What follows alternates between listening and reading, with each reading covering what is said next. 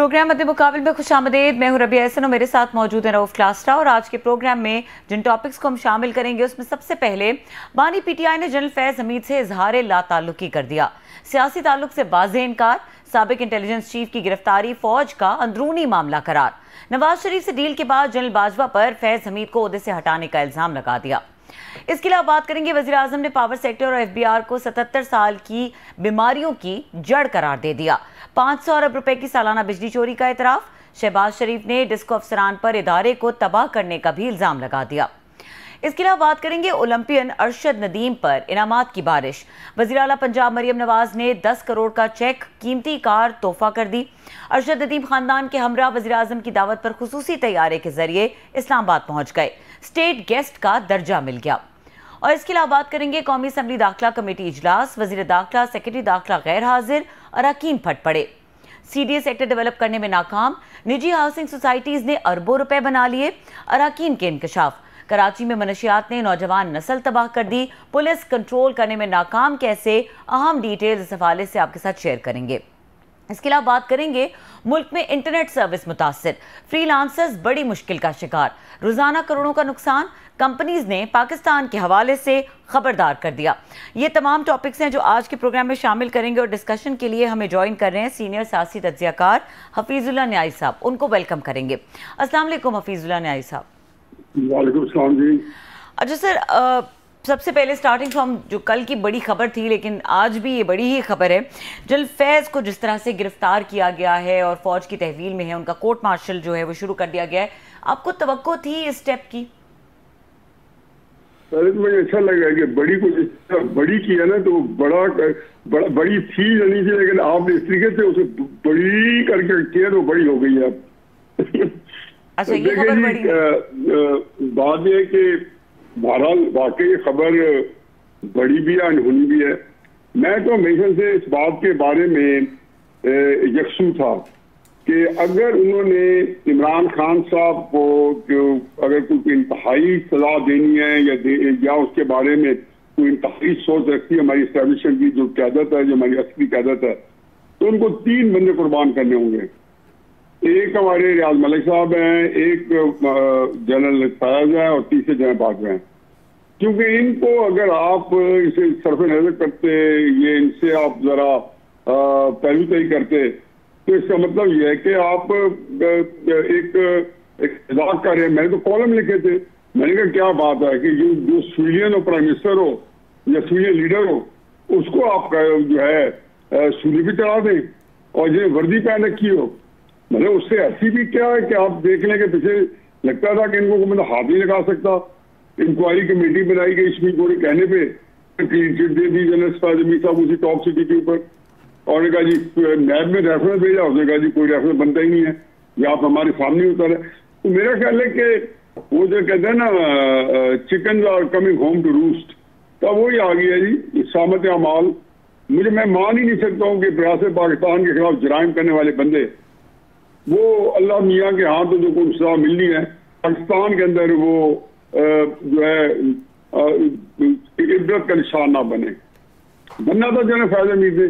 और लेकिन जब इसे क्राइम्स की लिस्ट आएगी ना, तो मेरा ख्याल है कि आपके सारे जो है प्रोग्राम जो है अगले कई महीने उसी पे चलते रहेंगे कि उस बंदे ने कौन से क्राइम नहीं किए। मैं तो समझता हूँ कि तहकीकात तो नहीं चाहिए अरशद शरीफ को किसने मर्डर किया है, तहकीकात तो नहीं चाहिए इमरान खान साहब पे किसने हमला कराया है।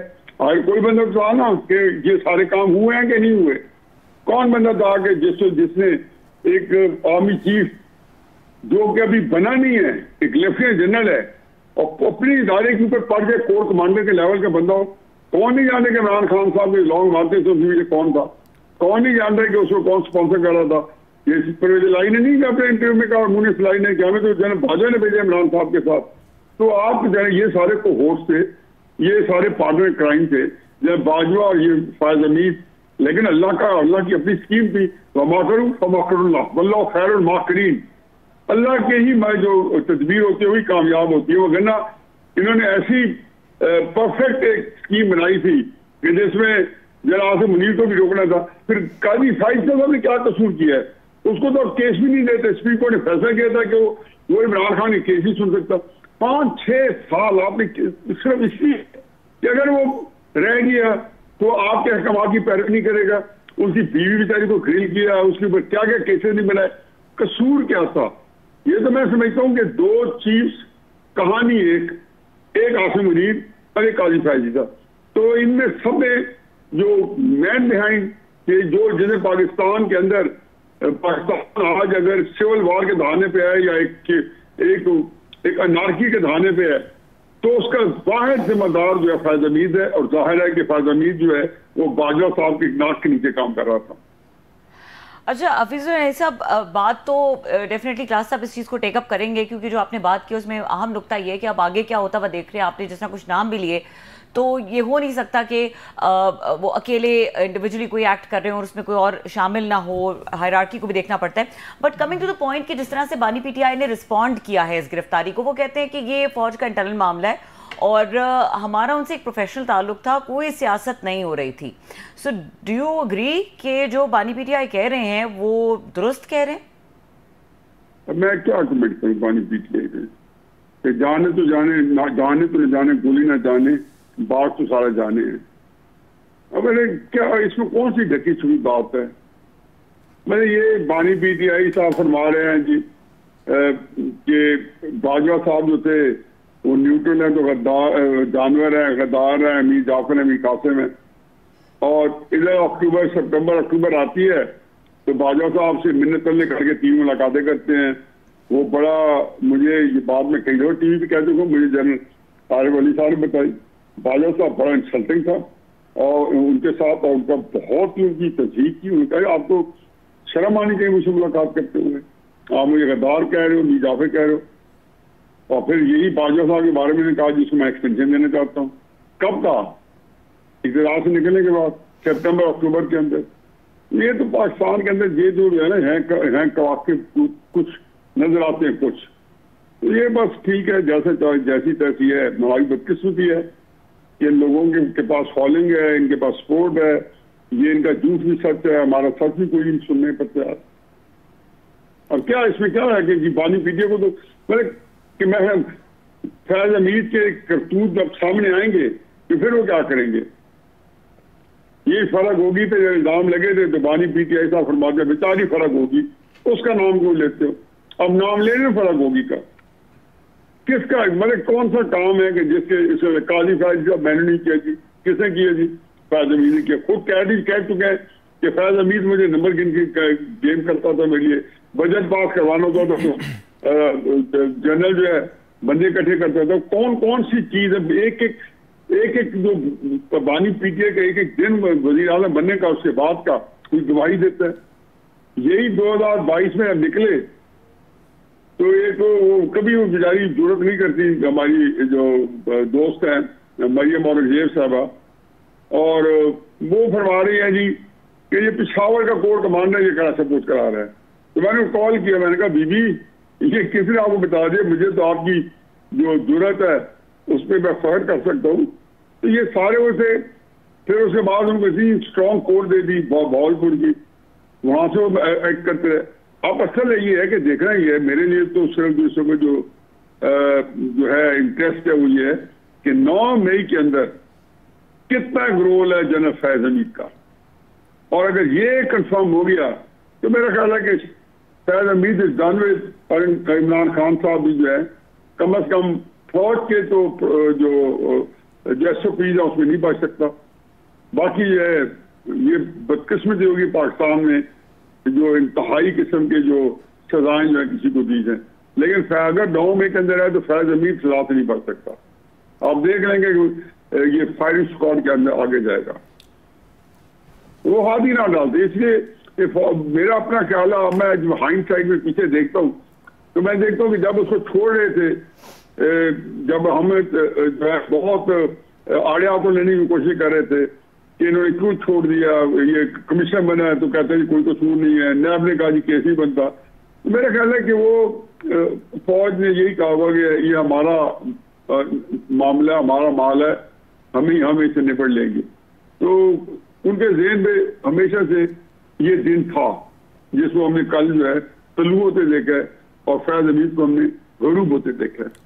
सर बड़ी मेहरबानी, थैंक यू वेरी मच, आपने हमें ज्वाइन किया सर, और आपके वेरी हमेशा always bold and brave comments होते हैं सर। ये अगेन जो आपने सारी बातें की, हम सबको पता है कि खान साहब का कितना करीबी तल्लुक था, और खान साहब ने खुद भी कई दफ़ा इंटरव्यूज़ में कहा जी मुझे तो जुलाई में पता चल गया था 2021 में कि मेरे खिलाफ तहरीक एतमाद आने वाली, और मुझे जनरल फैज़ इसलिए भी चाहिए थे ताकि वो इसको रोक सकें, और कभी उन्होंने इस बात को छुपाया भी नहीं है। Fair enough. तो आप क्या समझते हैं खान साहब को जो ओनरशिप देनी चाहिए थी जनरल फैज़ साहब के तमाम acts of omission and commission की, क्योंकि मोस्टली जो उसमें बेनिफिशरीज थे वो तो प्राइम मिनिस्टर इमरान खान साहब और उनकी पार्टी थी। जनरल फैज़ तो कह सकते हैं कि मैं प्राइम मिनिस्टर के आर्डर्स पे सारे काम कर रहा था। अब ISI क्योंकि प्राइम मिनिस्टर के नीचे है, जो भुट्टो साहब करके गए थे 1975 में, उसका एक सियासी विंग खोला था उन्होंने ISI में, जिसका मकसद यही था कि अपोजिशन के लोगों पे ISI वो करेगी, उन पे एस्पिनाज करेगी, फिक्स वट एवर। तो वो तो आज ये कह सकते हैं कि मैंने जो कुछ भी किया प्राइम मिनिस्टर के कहने पे कर रहा था। तो ये खान साहब से आप क्या तवक्को रखते हैं, नोइंग हिम, कि उन्होंने आज ये ओनरशिप देनी चाहिए थी, या चुप रहना चाहिए था, नो कमेंट्स करने चाहिए थे, या जो उन्होंने डिसून के उन्होंने मेरा क्या तल्लुक है, ये काम फौज जाने और जनरल फैज़ जाने, ये तो अंदरूनी काम है, तो खान साहब ने उनको ओनरशिप नहीं दी। आप क्या एडवाइस करते हैं कि आज उन्हें क्या कहना चाहिए था, उन्होंने ठीक किया है या गलत किया है ये ओनरशिप ना दे के? रऊफ, बात यह है कि जाहिर है कि एक मैं हमेशा बात बताऊं कि आप कभी भी वक्त से पहले मीडिया के सामने मुंह ना खोले। ये मैंने हर बंदे को देखा है कि आपको जो है ना इवेंचुअली ये आप चलियो खार हो जाते हैं, ये अल्फाज आपको हमेशा भारी पड़ते हैं। अक्ल का तकाजा ये होता है ये कुछ दिन आप इस पे खामोशी इख्तियार के रखें। वह क्या फर्क पड़ता है, उन्होंने कोई खान साहब से कोई गवाही लेनी है, अभी उन्होंने तो कहा ही नहीं कि हमें खान साहब के लिए पकड़े। खाम बंगारा हमारे जर्नलिस्ट से सवाल किया होगा खान साहब से, उन्हें जवाब दे दिया होगा। बाकी जो है कि डेफिनेटली जैसे आपने कहा है उनको खामोश रहना चाहिए, तो क्या फर्क पड़ता है, हर बार को जवाब देना जरूरी होता है। मैं तो मैं खुद मीडिया का आदमी हूँ, लेकिन मीडिया के आगे जब जाता हूँ तो मैं कोशिश करता हूँ कि जितना कम बोल के निकल जाऊं, क्योंकि हर चीज पे जो है वो आपका फिर आपके सामने जो है जिसको कहने चाहिए नक्श के सामने आती है। बाकी ये है कि इमरान खान साहब जो है ये बात किस कैफियत में करते हैं। अगर आप मुझसे ये पूछें और मुझे आप अगर इसलिए मुझसे सवाल कर रहे हैं कि हो सकता है कि मैं खान साहब के जो दिमाग है उसको पढ़ने की अहलियत बहरहाल अपनी इस्तात के मुताबिक और इस्तेदाद के मुताबिक रखता हूँ, तो खान साहब के ज़हन में सिर्फ ये आ रहा होगा कि मैंने इसको फौरन करना है ताकि ये जो जिसकी हमारी कार है तो ये चला जाए। ये बात है ही नहीं। अभी तो उन्होंने पता नहीं वो कहाँ से आना चाहते हैं। आप देखें कि जब जो लोग फैज़ हमीद को पकड़ के ले गए हैं वो जब तक अपने कार्ड शो नहीं करते, उन्होंने देखो कितना विगरस स्टेटमेंट दिया है। और जो ISPR को मुझे कल फौरन आया, मुझे तो ISPR की तरफ से अभी प्रेस में नहीं आया था, तो उन्होंने मुझे टेक्स्ट किया कि ये होने वाला है या ये हो रहा है या ये हो चुका है। तो मेरे ज़हन में फौरन ही आया कि जिसके अंदर ये टॉप सिटी और ये जो लिखा आपने पढ़ा उनका ISPR का जो प्रेस रिलीज थी, तो उसमें कहा थी कि ये टॉप सिटी है। तो उसके ऊपर मैं तब ही समझ गया था कि भाई ये हमारे जितने इदारे हैं ये हमें लगा देता है ट्रक की बत्ती के बीच, हम अमृतसर की चल पड़ते हैं और ये खुद बैठे होते हैं कहीं और पकड़ के। वो हमारी साइड तवज्जो उठाने चाहते होंगे फैज़ हमीद की, उनके ब्रिज में लोगों को जीतना चाहती है। मैं उससे ही मुझे अंदाजा हो गया कि फैज़ हमीद का ये बहुत बुरा हश्र करने वाले हैं। क्या करने वाले हैं ये वक्त बताएगा, क्योंकि वो जब पकड़ेंगे तो अब वो किसी मिसाल बना देंगे सबके लिए, अगर ऐसी दुनिया में काम करें। ये इमरान खान के लिए कोई अच्छे ऑप्टिक्स नहीं है। या तो 2-2.5 साल जो है पिछले 2018 से लेके जैसे उन्होंने DGC के हैसियत से काम किया, फिर DGI के हैसियत से काम किया, फिर कोर कमांडर के हैसियत से पिशावर भावलपुर के हैसियत से काम किया, फिर रिटायरमेंट के बाद जैसे लगे रहे। मैं आपको एक बात बता रहा हूँ जो मेरा ख्याल था कि मैं अपने कॉलम में लिखूंगा सर, और मैं नाम अभी नहीं बताता हूँ, वो मैं अपने के लिए रख लेता हूँ। 22 नवंबर को हमारे दोस्त हैं और टॉप के जर्नलिस्ट हैं, वो बाजवा साहब के पास बैठे खाना खा रहे हैं। बाजवा साहब खुद ही बुलाने को बड़ा शौक होता है। 2022 की बात कर, ये 20 नवंबर 2022 की बात कर रहे हैं आप?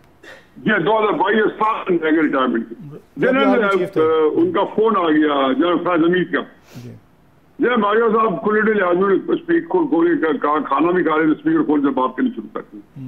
जय बाजवा में 2-4 गंदी गालियां थी। उसने कहा उसने अजहर ने इस्तीफा दे दिया, अगर तुमने एक दिन में इस्तीफा ना दिया मैं प्रूव कर दूं तो इससे पहला तुम्हारा कोर्ट मार्शल करेगा, तुम्हें उल्टा लटकाएगा सड़क के ऊपर आसिम मुनीर। अब ये बातें कई बातें में तो ढह जाते हैं। हाँ मतलब मीडिया में होने के बाद हमें तो सहूलत है कि कुछ ना कुछ ऐसी बातें पता चल जाती है। तो देखें इस वक्त बहुत बड़ा क्राइसिस है, बहुत बड़ा क्राइसिस है। नहीं आप ये कह रहे हैं कि जो मैं समझाऊं सर, जो मैं समझाऊं को रिलीफ किया कि इस वक्त मीडिया के अंदर इमरान खान साहब से नजरें हटनी है। अगले 2, 4, 5, 10, 15 दिन 20 दिन अगर मीडिया फैज हमीद को डिस्कस करता रहे तो मेरे ख्याल है कि उनके पैसे इसी में पूरे हो जाएंगे। नहीं आप ये कह रहे हैं कि उनको फोन आया था जनरल फैज हमीद साहब का जनरल बाजवा साहब को, वहाँ एक फोन आया था तो उन्होंने कहा जाए कि मुझे हमें को पॉलिसी स्टडी डिस्कस कर रहे होंगे, तो उन्होंने उनके सामने कोई अल्फाज चबाए बगैर, और ये मैं रखा था कि मैं कल अपना कॉलम लिखता हूँ थर्सडे को फ्राइडे के, उसके लिए मैं रखा होता, लेकिन मुझे तुम्हें अच्छे लगते, मैंने कहा चलो स्कूप आपको दे दूं। नहीं बड़ी मेहरबानी सर। उनका फोन आया तो उसे गंदी गालियां दी, गाली में नहीं रिपीट कर सकता, जैसे कि बाजवा साहब की गालियां सुन चुके हैं। वो देखा मेरे फौरन रिजाइन करो ताकि मैं अप्रूव करूं। आसिम मुनीर बन रहे और वो तुम्हें उल्टा टांग देगा, पहला तुम्हारा फील्ड कोर्ट मार्शल तुम्हारा होगा अगले दिन ही बनने के बाद। ये जनरल बाजवा साहब की पेशीन गोई थी जनरल फैज के बारे में। साहब ने फैज को डांट के कहा और उन्होंने उसके बाद इस्तीफा दिया, और उन्होंने उसके बाद इस्तीफा दिया। आपके सामने नहीं है कि जनरल 2 जनरल छोड़ गए थे, जनरल अजहर और जनरल जो है फैज हमीद, एक अजहर अब्बास थे और फैज हमीद थे। अच्छा सर ये बताएं कि अभी जैसे ये मेरी रीडिंग है, हम समझते हैं थोड़ा सा आर्मी की वर्किंग को आप ज़्यादा समझते हैं और आम आदमी भी समझते हैं, पता है सारा, ये अकेले जनरल ये आसिम मुनीर का फैसला तो नहीं है कि जनाब इनका ट्रायल किया जाए, कोर्ट मार्शल किया जाए। डेफिनेटली तौर पर तमाम जो 13, 14, 15 कोर कमांडर्स हैं उनके सामने ये मामला रखा गया होगा, उनके सामने सबूत रखे गए होंगे, उनके सामने इंक्वायरी रिपोर्ट रखी गई होगी, उनसे फीडबैक मांगा गया होगा, डिबेट हुई होगी, डिस्कशन हुई होगी। मैं ये नहीं कहता फॉर्मेशन कमांडर्स की मीटिंग में ये काम हुआ होगा, लेकिन कम से कम कोर कमांडर्स को तो एतमाद में लेके ही जनरल इन्होंने आसिम मुनीर साहब ने फैसला किया होगा। ये पूरी आर्मी का फैसला है कि इनका कोर्ट मार्शल होना चाहिए और इनका ट्रायल होना चाहिए और इनको सजा मिलना चाहिए, ये अकेले समझते जनाब आसिम मुनीर का मामला है ये? देखिए जी, पहली बात तो है कि आर्मी के अंदर पूरी अपनी जैक ब्रांच है जी। आर्मी के अंदर कोई पहली सजाएं हो नहीं रही, वहाँ लोग ये सिपाही या कई दफा कप्तान लेफ्टिनेंट वो नहीं मार कर सकते, वो भाग जाते हैं, उनको पकड़ा जाता है, कोर्ट मार्शल वहाँ पर लड़ाई हो जाती है, छोटी मोटी बड़ी, फिर गद्दार पकड़े जाते हैं। तो ये निजाम तो चल रहा है, उसके लिए उन्होंने बनाया हुआ है कि ऑपरेटर जो भी, मैं तो कभी उससे जाता नहीं, लगे SOP तो बने होंगे, उन SOPs के अंदर हो सकता है कि 5 जर्नैल हो या 10 जर्नैल हो। डेफिनेटली इस वक्त आसिम मुनीर साहब ने अपनी कोठी तो बना ली होगी, वो तो मैंने देखा कि जब इस तरह का जो जिसको कहना चाहिए कि एक अथॉरिटेरियन किस्म का निजाम आ जाए जिसमें फौज जो एक हाइब्रिड सिस्टम को रन कर रही हो, मार्शल भी ना हो, मार्शल हो तो भी यही होता है, तो वहां पे वो अपने जो कलिंग करके अपनी मर्जी के जो जर्नल है वो इकट्ठे रखते हैं, वही डिसीजन कर रहे होते हैं, और बाकी जो पर्सनल नॉन ग्रेट होते हैं, तो आम सी बात है। फिर दूसरी बात यह थी कि हमें पता नहीं है कि हमारे पाकिस्तान का जो 4 स्टार जनरल है वो अगर पाकिस्तान में होता जो अल्लाह मियां, तो 4 स्टार जनरल की शक्ल को होता, इसमें तो 2 राय नहीं है। क्योंकि देखें ये किसी को अल्लाह यही कहता है ना कि मैं किसी को चाहूँ तो बादशाह बना दूं, किसी को चाहूँ तो जो है बादशाह से हटा दूं, किसी को चाहूँ तो जिंदगी दे दूं, किसी को चाहूँ तो मौत दे दूं। तो कौन सी सिफत है जो हमारे यहाँ हमारे आर्मी चीफ के पास नहीं है? अच्छा सर एक बात बताएं कि जब इमरान खान साहब फौज का स्ट्रक्चर है, इसमें ये नहीं उसके कसूर है, हमारी फौज का स्ट्रक्चर है। देखिए आसिम मुनीर साहब ने कभी इस तरह काम नहीं किया, बाजवा साहब ने तो आते ही जनरल जवान को घर पैकिंग भेजा था ना। यस जनरल मुशर्रफ ने तारिक परवेज को कितने ये लेफ्टिनेंट जनरल खा जाते हैं, 4 स्टार जनरल 3 स्टार जनरल को। सर ये बताएं आप सिविल में जो है चीफ मिनिस्टर जो चपरासी को IG सिपाही को नहीं फायर कर सकता, अगले दिनों स्टे लेके सलूट मार रहा होता है आईजी को, उसी दफ्तर के बाहर खड़ा होता है। सर ये बताएं न्याय साहब कि हमने देखा 2022 में जब जनरल आसिम मुनीर साहब की अपॉइंटमेंट का मसला था तो खान साहब ने उस वक्त लॉन्ग मार्चेज किए, वो सारा पता है हमें। जनरल बाजवा को एक्सटेंशन दिलवा रहे थे, झगड़े सारे, कुछ समरियान गनार फलवी साहब एंड कंपनी, वो सारे बनी गाला गए। तो उस वक्त भी कहा गया था कि खान साहब को मिलिट्री के अफेयर्स में इस तरह उनको लॉबी न किसी लॉबी का हिस्सा नहीं बनना चाहिए, नुकसान होगा, प्रॉब्लम होगा। तो खान साहब नहीं रुके थे, उन्होंने किसी की नहीं मानी थी, उन्होंने इसको फ़ौज का इंटरनल मसला नहीं समझा था। वो समझते थे कि भुट्टो की तरह, नवाज शरीफ की तरह कि नाब के अपना ही आर्मी चीफ होगा तो फिर ही मसला होगा, और अगर ये जनरल ये फैज़ बन गए तो फिर मेरे लिए दोबारा इलेक्शन भी होंगे, दोबारा मैं पावर में भी आ जाऊँगा। लिहाजा उन्होंने पूरा जोर लगाया और वो इंटरफेरेंस जो उन पर इल्ज़ामात लगे जिसकी प्रॉब्लम है। आज खान साहब ने, मेरा ख्याल है, माई व्यू, उन्होंने समझदाराना बयान दिया है। जो काम उनको 2022 में करना चाहिए था नवंबर में, खान साहब ने अब जाके आज 13 अगस्त को किया। उन्होंने कहा मेरा जनरल फैज से कोई तल्लुक नहीं है, वो 9 मई में तो आप जाने, फौज जाने, I have nothing to do with that, ये फौज का इंटरनल मसला है। तो खान साहब को 2 साल बाद कम से कम खान साहब वाइज तो हुए, इतने समझ तो उन्हें आ गई है कि भाई साहब फौज के इंटरनल मामला में मैंने नहीं पढ़ना, और आज उन्होंने जनरल फैज इतना बड़ा एसेट थे उनको डिसोन कर दे। कम से कम इस बात पर एप्रिसिएशन तो बनती है कि 1.5-2 साल बाद खान साहब is become a more wiser. नहीं, मुझे बताएं कि डिसोन करने से क्या होगा। आपने खुद पहले ही अभी रहनुमाई फरमाई है जो अपने पहले सेगमेंट में, इससे पिछले क्वेश्चन में, कि जी सारी दुनिया को पता था कि जी खान साहब फायदे में क्या कर रहे हैं। तो इस सूरत में डिसोन करने से क्या होता है? असल में क्राइसिस क्या है? खान साहब को एक बात का तो पता है ना, और आप मुझे मेरे एग्री करेंगे कि खान साहब ने वो कौन सा कमाल किया है कि जिसकी वजह से उनको पॉपुलैरिटी मिली है। कोई एक बता दे। कश्मीर फतह किया है, कश्मीर तो 5 अगस्त 2019 को दे बैठे थे। क्या उस्मान बुज़दार दे के कौम पे एहसान चढ़ाया है, या महमूद खान की वजह से ये पॉपुलैरिटी मिली है? जब एक बंदे को पता चल जाता है कि मेरी पॉपुलैरिटी की जो वजह है, कोई भी हो, हमारा टॉपिक नहीं है, लेकिन मेरे किसी गुण की वजह से नहीं कि ना मेरे दफ्तर में कोई ऐसा अमल है कि मैं पेश करके मकबूलियत करूं, या तो कहना कि मैंने न्यूक्लियर पाकिस्तान का एटमी धमाका मैंने किया था, या ये कोई और कह दे। जब कोई काम नहीं किया, CPAC बंद करवाया है, जो आप देख लें, आप तरतीब देख लें कि कोई एक भी अमल, कोई 25,000 वादे किए थे इलेक्शन 2018 से पहले, कोई एक बता दें कि फलाना इम्प्लीमेंट कर दिया, तो क्या वजह? तो जब एक बंदे को कतई नजर के मैं अब हम उसमें जाएंगे क्यों पॉपुलर हुए हैं या नहीं हुए, और किस बयानिए पे हुए हैं या काम पे हुए हैं, वो अलग बात है। लेकिन जब एक बंदे को पता है कि यार ये सारी चीज के बावजूद ये मेरा नामा अमाल है, और ये उसके बाद मैं कहाँ खड़ा हूँ, पूरी पाकिस्तान की सियासत मेरी गिरफ्त में, मेरी मुट्ठी अच्छी तरह बंद है। अब मुझे बताएं कि, तो मेरा तो ख्याल है कि उसको पता है कि भाई मैं जो मर्जी कर लूँ। उनके बंदे शानदार गुलजार ने जब 3 हफ्ते पहले जेल से निकलने के बाद कहा कि खान, किसी इसी तरह की बात, उन्होंने कहा खान साहब ने परसों ये बयान दिया, आज ये दिया। उन्होंने कहा खान साहब वो भी ठीक कहते थे, खान साहब ये भी ठीक कह रहे हैं। खान साहब जो कहते हैं गलत कहते हैं तो हम मुझे ठीक कहेंगे, और ठीक कहते हैं हम मुझे ठीक कहेंगे।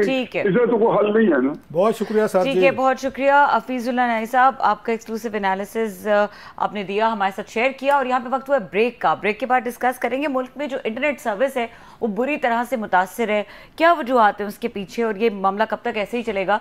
और इसके अलावा बात करेंगे जिस तरह से अरशद नदीम को पजीराई मिली है पाकिस्तानी कौम की तरफ से, पाकिस्तानी हुकूमत की तरफ से, ये कितनी खुश आइंदे पाकिस्तान में स्पोर्ट्स के लिए, इसके ऊपर बात करेंगे। ब्रेक के बाद हमारे साथ रहिए।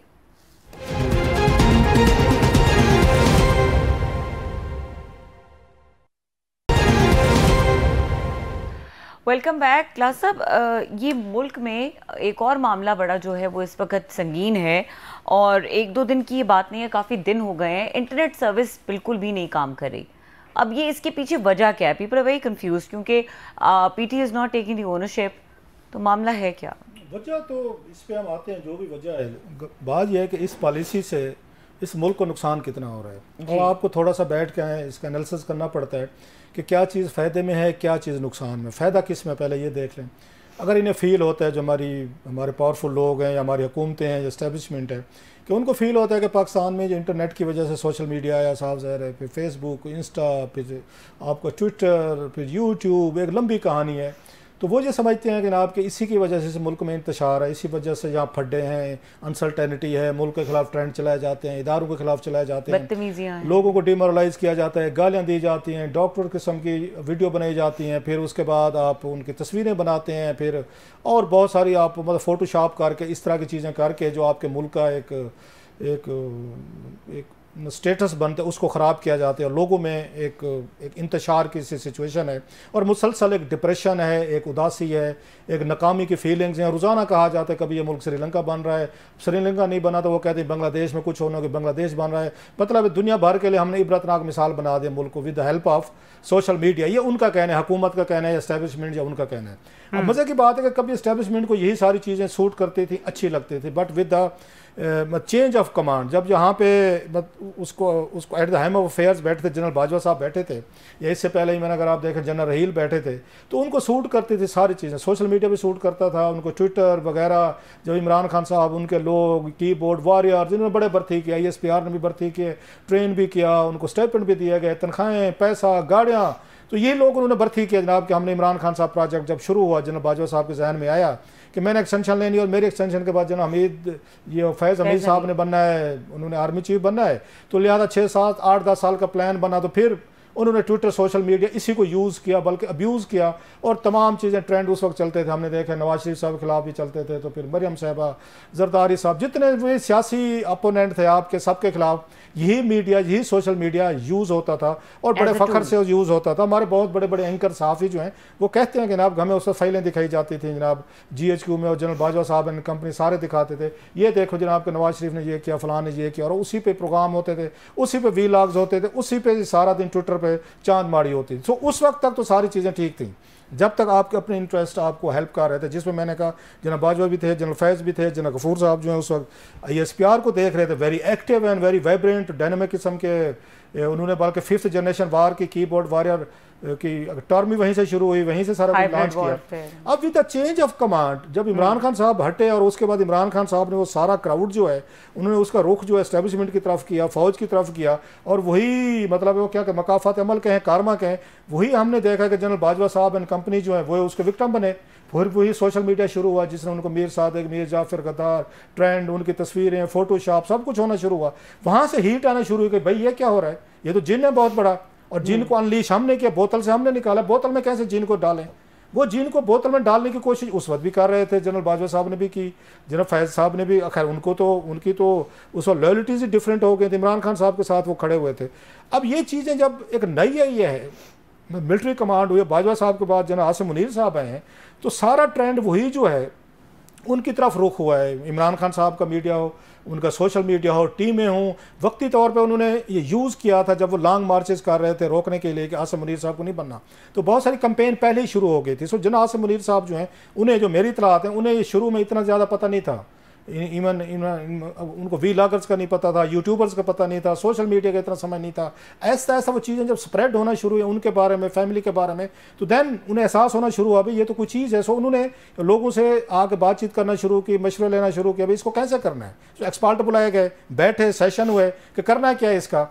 तो खान साहब ने उसको उन्होंने स्पीड बढ़ाई इन इश्यूज़ पे कि हमने जनाब आसिम मुनीर साहब जो हैं इनको ज़रा चेक में रखना है और ये हमारी मर्ज़ी के मुताबिक बातें करें। वो खान साहब का ये भी स्टाइल है, वो मीडिया हो, जजेस हों, अपोनेंट्स हों, वो अपनी टीम में लॉन्च करते हैं, लोग डर जाते हैं। बहुत सारे मैं एंकर जानता हूँ जो अपनी निजी महफिलों में खान साहब के बारे में कुछ और गुफ्तगू करते हैं, टीवी पे एंकर्स या वीलॉग में बिल्कुल डिफरेंट करते हैं। बहुत सारों को जानता हूँ, जब पूछता हूँ रेटिंग भी है, खौफ भी है कि जनाब हमारी ट्विटर, सोशल मीडिया पर हमें गालियाँ पड़ती हैं, हम क्यों गालियाँ कहें। खान साहब ने चुक्की रखो, साढ़ा की जानते, चुक्की रखो खान, बल्ले बल्ले, हमें पैसे भी आ रहे हैं, फेम भी मिल रही है, हमें व्यूज़ भी मिल रहे हैं, लेकिन निजी महफिल में मैं जानता हूँ ज़ाती तौर पे कि वो इनके खिलाफ गुफ्तगू करते हैं, बड़ी इंतहाई जाके मैं क्या कहूँ किस तरह की गुफ्तगू करते हैं। सो ये चीज़ें उन्हें समझ आनी हुई कि जनाब ये तो सारा खान साहब का जो वेपन है वो सारे का सारा सोशल मीडिया है। अच्छा, मरियम साहिबा ने भी कैंपेन इन्होंने भी मैच करने की कोशिश की थी जब 2014 में इन्होंने मीडिया सेल बनाया प्राइम मिनिस्टर हाउस में, इन्होंने भी यही काम किया, ट्रेंड चलाओ, गाली गलोज यहाँ से भी शुरू होगी, उस वक्त बनी गाला हो, फिर आपका रेमंड हो, पाक पतन हो, इनके खिलाफ बड़े बड़े उस पर ट्रेंड चले, और बड़े मैं अगर नाम नहीं ले सकता, ऐसे ऐसे गलीज किस्म के ट्रेंड चलाए गए, बुशरा बीबी साहिबा पे चले, मरियम साहिबा पे चले, खवातीन पे, सब पे चलाए गए। सो एक वार शुरू हो गई। सो वो जो गंद शुरू हुआ जिसमें हम सब शामिल हुए, जहां जहां लोग बैठे थे, उन्होंने कहा जनाब कि जिसके हाथ में, बंदर के हाथ में उस्तरा आ जाता है या माचिस आ जाते हैं, उन्होंने पूरे जंगल को आग लगाओ। सो ये सोशल मीडिया भी काम किया, बना आपके लिए वेपन। इस वेपन के जरिए हम अपने दुश्मनों को, मुखालफों को खत्म करेंगे। ये फिर आपकी वो नहीं रही, पॉलिटिक्स नहीं रही, it wasn't politics any more. अब ये पर्सनल वार शुरू होगी, जब किसी की फैमिली पे करेंगे, घर पे करेंगे, बच्चों पे करेंगे, it became a personal, not मतलब बिजनेस एनी मोर। नतीजा ये निकला कि नई एस्टेब्लिशमेंट ने फिर ये सोचा कि जनाब इसको रोकना है। रोकने का हल क्या है? फिर उन्हें हल दिए गए।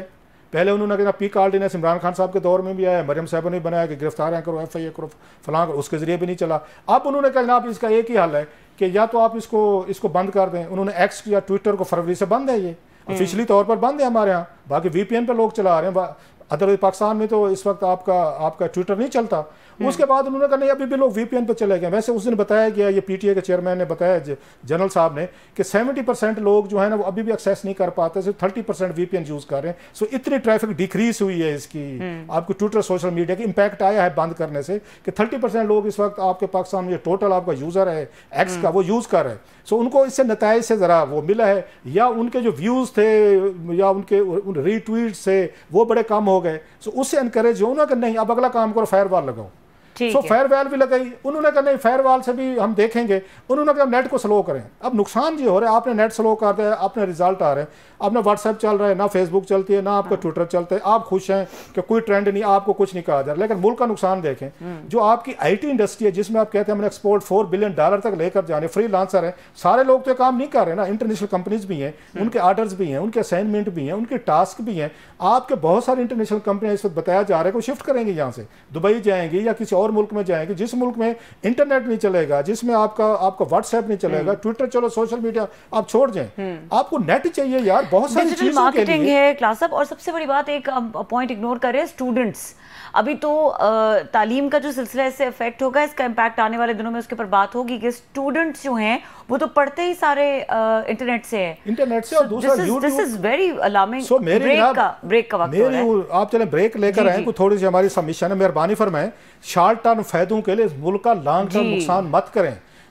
मुल्क को दोबारा स्टोन एज में लेकर मत जाएं। ये 10-15 साल पहले वाली चीजें जो हैं दोबारा उस एज में ना जाएं। वक्ती तौर पर आपको फायदे हो सकते हैं। बिल्कुल, इस लड़ाई का जो कोई और हल निकाले, आम लोगों को वैसे ही ऑलरेडी इतनी तकलीफ है। नेट के साथ ना खेलें, ये आपके लिए, मुल्क के लिए नुकसानदेह है ये। क्लास साहब, आप बहुत इंपॉर्टेंट बात कर रहे थे कि इस मुल्क को अब कहाँ लेके जाना है, क्योंकि ऑलरेडी देखिए लोग कितनी मुश्किलात का शिकार हैं, सिंसियरली स्पीकिंग, कि इतने उनके माशी मसाइल हैं। ऑन टॉप ऑफ इट आप उनकी मजीद रेवेन्यूज ही बंद कर रहे हैं कि ना वो कुछ कमा सके, ना वो पढ़ सके, तो क्या करेंगे फिर? ये सिर्फ उन नौजवानों को नुकसान नहीं है जो आपने बताया, वो तो है सो है, इस मुल्क का बहुत बड़ा नुकसान है। इमेज क्या जा रहा है बाहर की दुनिया में, इन्वेस्टर फिर कहते हैं आपने क्या कहते हैं SFIC बनाई हुई है इन्वेस्टमेंट के लिए। इस मुल्क में कौन इन्वेस्टर आएगा जहाँ पे आपका व्हाट्सएप नहीं चल रहा, जिसमें आपका नेट नहीं चल रहा? यार कौन आएगा जिसमें फेसबुक या ट्विटर चलो जो बंद कर दें, वो हो सकता है मान लिया, जिसमें गूगल नहीं चल रहे, मतलब नेट आपका चल ही नहीं रहा, मुसलसल इतना स्लो कर दिया आपने माज इसके लिए। नो यू आर हैप्पी कि हमारे ट्रेंड नहीं चल रहे, हमारे पे कोई ट्वीट्स नहीं हो रहे, भाई नहीं हो रहे होंगे, लेकिन आप इस मुल्क में डॉलर्स आ रहे हैं, जो लोग कमा के दे रहे हैं, इतने डॉलर जो आप लोन लेते हैं, चाइना से कर्जा आपने $56 बिलियन ले लिया, आपने सऊदी से UAE से ले लिया, IMF से कर्जे पे लिए हैं, जो उस पर आप वो सूद देते हैं 3-4%, वो भाई ये जो है आपको कमा के दे रहे हैं, IT के जरिए मुफ्त में डॉलर इस मुल्क में लेकर आ रहे हैं आप, मतलब मिलियंस ऑफ डॉलर जो मुफ्त में लेकर आ रहे हैं उसका नुकसान कर रहे हैं, मुल्क की रेपुटेशन कर रहे हैं, हमारे का ट्रेंड। भाई अब ये दुनिया है, you have to adjust it. गालियां हमें भी पड़ती हैं, हम भी रोजाना मैं यही कहने वाली शिकार होते हैं। मैंने कभी जितना तो मीडिया वाले मुतासर हुए हैं, मतलब हम सबसे ज्यादा हुए, मैंने तो कभी नहीं कहा इसको बैन करें या इसको बंद कर दें, इसको स्लो करें। सो मेरी ये रिक्वेस्ट है, बेस्ट पॉलिसी एवरीवन अडॉप्टेड कि बस ठीक है बोल रहे हैं तो बोलने दे, अब क्या हो सकता है। नहीं लॉ बना लेना, कवानीन बनाए ना, नेट को आप बंद करके यहाँ फायरवॉल डाल दिए तो उस पर अरबों रुपए लग रहे हैं, खुदा का खौफ करें। ये मुल्क पीछे जाएगा अगर आप वक्ती तौर पर बच जाएंगे, आप लोग बहुत पीछे जाएंगे। इतना भी मतलब स्टेप्स ना लें, इसको नॉर्थ कोरिया ना बना दें ईरान, या इसको इवन चाइना टाइप ना बना दें, रशिया टाइप को, जहाँ बात नहीं हो सकती, जहाँ पे गुफ्तगू नहीं हो सकती, 1 पार्टी रूल है और फिर आप बैठ के चलाएंगे, ये मुल्क आपका पीछे जाएगा, इससे ज्यादा नुकसान होगा, फायदा नहीं होगा। खत्म हो गया, और जो बात आप कह रहे हैं वो बहुत इंपॉर्टेंट है। प्रोग्राम देखने के लिए शुक्रिया, इजाजत दीजिए, अल्लाह हाफिज।